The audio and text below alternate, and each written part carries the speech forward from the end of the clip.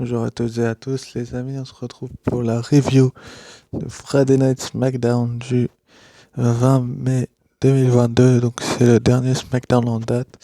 Et donc, pour commencer le show, on a eu le droit à une promo d'un certain Roman Reigns, le Tribal Chief, et de ses cousins les Usos vis-à-vis du main event face au RK Bro. Donc, pour les Usos contre Orton et Riddle. Donc, pour unifier les titres par équipe.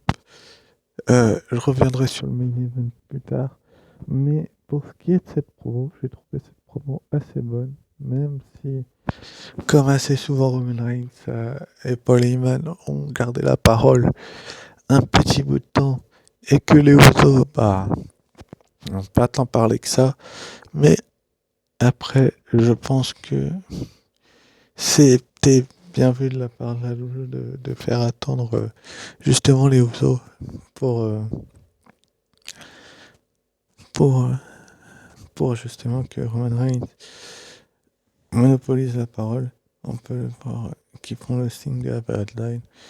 Et franchement, je suis content que cette promo n'ait pas duré 1000 ans, même si elle a duré quand même une dizaine de minutes.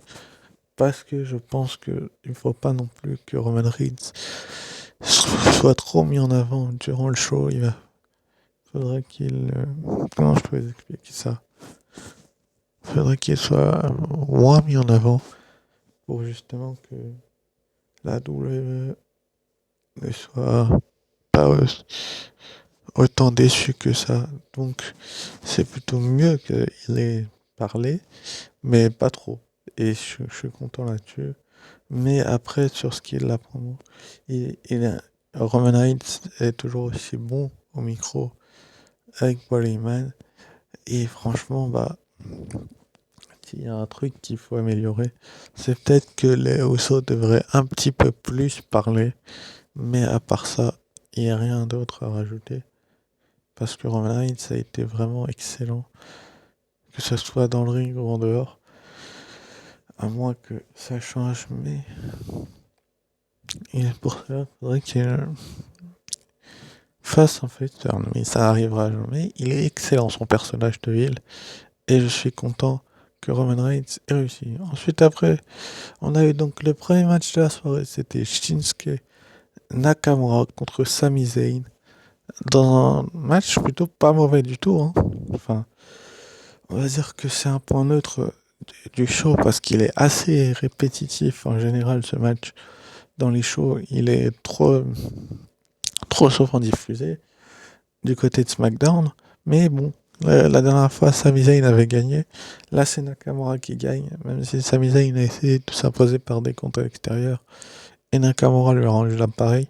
Et finalement, quand Zayn est revenu, il lui a porté son Kinshasa pour gagner ce match.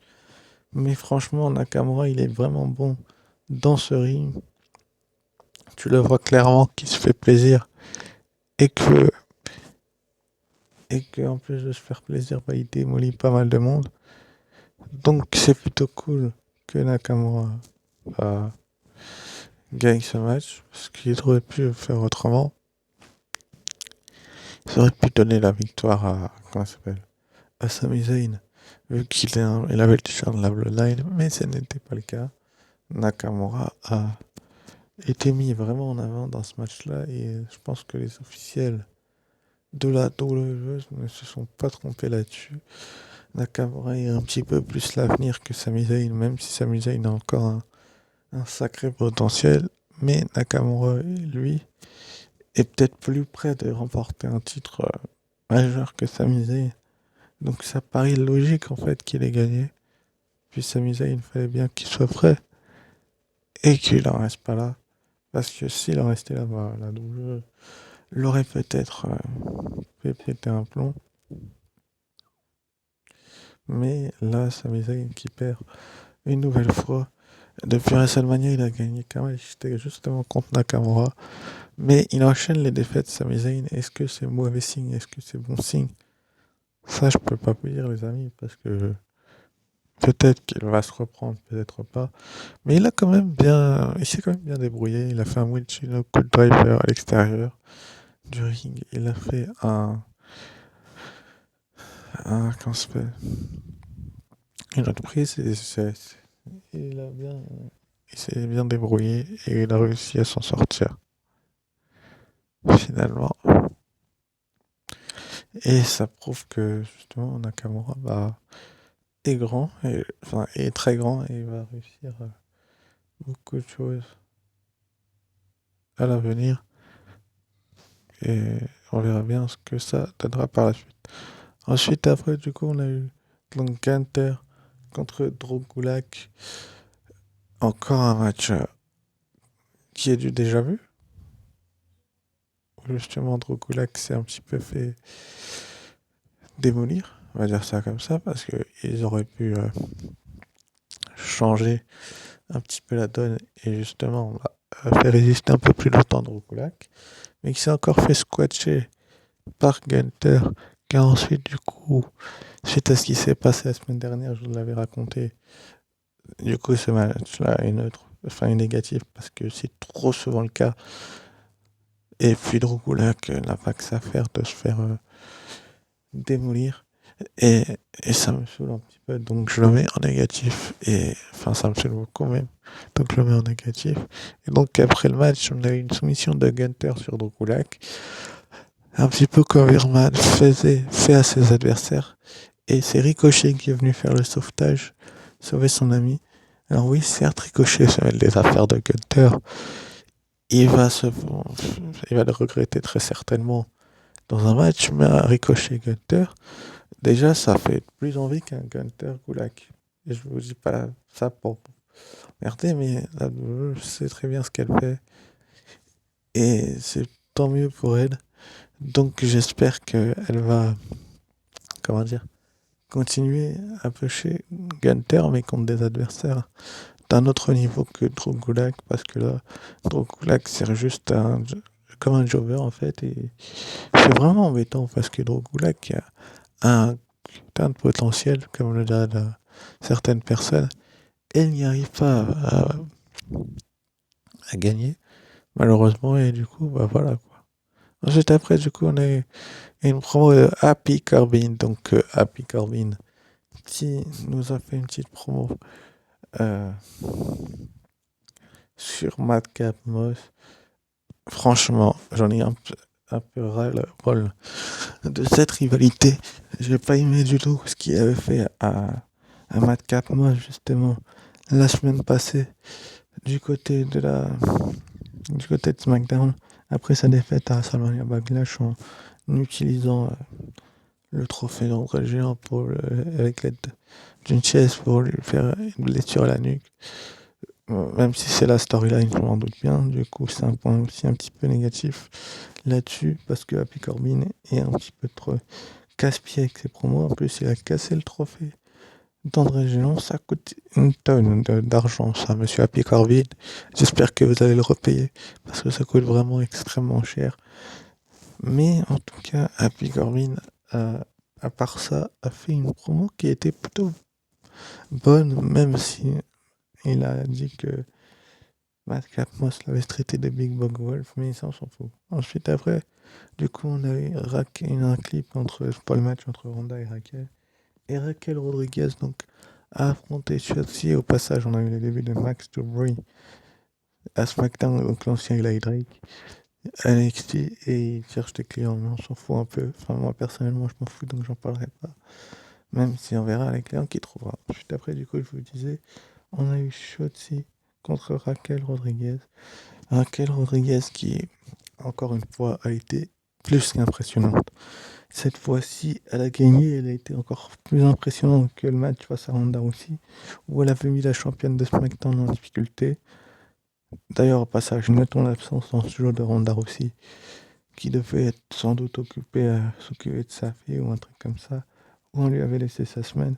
Je trouve ça dommage que Ronda ne soit pas apparue dans ce show parce que on aurait pu lancer une rivalité pour LNSL. Il reste deux SmackDown derrière. Est-ce qu'ils vont lui mettre un match à la dernière minute? Sans doute que oui, sans doute que la semaine prochaine, elle sera de retour pour se lancer une rivalité pour LNSL. Là, ils ont été pris un peu de court par Sacha Banks, je pense. mais ils vont retrouver quelqu'un. En tout cas, Raquel Rodriguez est très forte et, et, et c'est tant mieux pour elle. Elle a gagné donc avec son espèce de powerbomb. Une comme vous pouvez voir sur cette image, sur Shotzi, qui se discutait avec Alia et puis qui a dit qu'elle la battrait finalement. Shotzi a perdu et Shotzi ne gagnera pas ce match-là. Raquel Rodriguez est une force puissante du côté de SmackDown. Ils sont en train de la construire pour justement qu'elle aille chercher un titre tôt ou tard. Quand je ne sais pas, vous n'allez pas me casser la tête avec ça, je ne peux pas vous dire. Mais elle va sans doute s'emparer d'un titre à un moment donné. Et sans doute celui de SmackDown. Mais en tout cas, ça fait très très mal à Shotzi cette défaite. Et voilà. Ensuite, après, du coup, on a eu une annonce de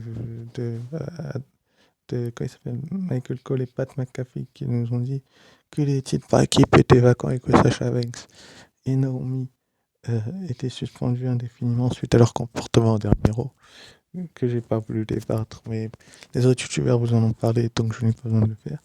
Et donc les titres, il y aura un tournoi pour déterminer une nouvelle championne qui va commencer dans les prochaines semaines. J'ai hâte de voir qui seront les nouvelles championnes et si Sacha et Naomi vont s'excuser pour un petit peu leur comportement que je vous ai expliqué avant. Ensuite, après, du coup, on a eu Budge qui a affronté Xavier Woods. Xavier Woods qui est pour moi l'un des meilleurs catcheurs à SmackDown actuellement. Parlons, il a encore battu Budge, la preuve en est. Même si Budge reste un catcheur que beaucoup de gens trouvent, comment dire, trop brutal, bah là, il a même pas réussi à s'imposer, Budge. Il a échoué, et en plus d'échouer, il a bien échoué. Pour justement que, que Xavier Woods vole avec un roll-up. Le roll-up était assez sympathique. C'était une petite attraction et c'était plutôt cool que, que Butch fasse ça justement. Et, et que la WWE nous le démontre. Donc Butch a, a, a perdu et s'est fait démolir plusieurs fois par les catcheurs qu'il a affronté. Il a perdu plusieurs fois contre Xavier Woods. Même s'il arrive à battre Kofi Kingston, je vous dis jamais le contraire. Face à Xavier Woods, c'est pas la même mayonnaise. À chaque fois, il perd. Là, ils ont attaqué. Il a attaqué avec l'aide de Sheamus et de Rich Holland pendant la séparation de Xavier Woods, justement Xavier Woods, qui a ensuite défié Butch pour un match par équipe au prochain SmackDown.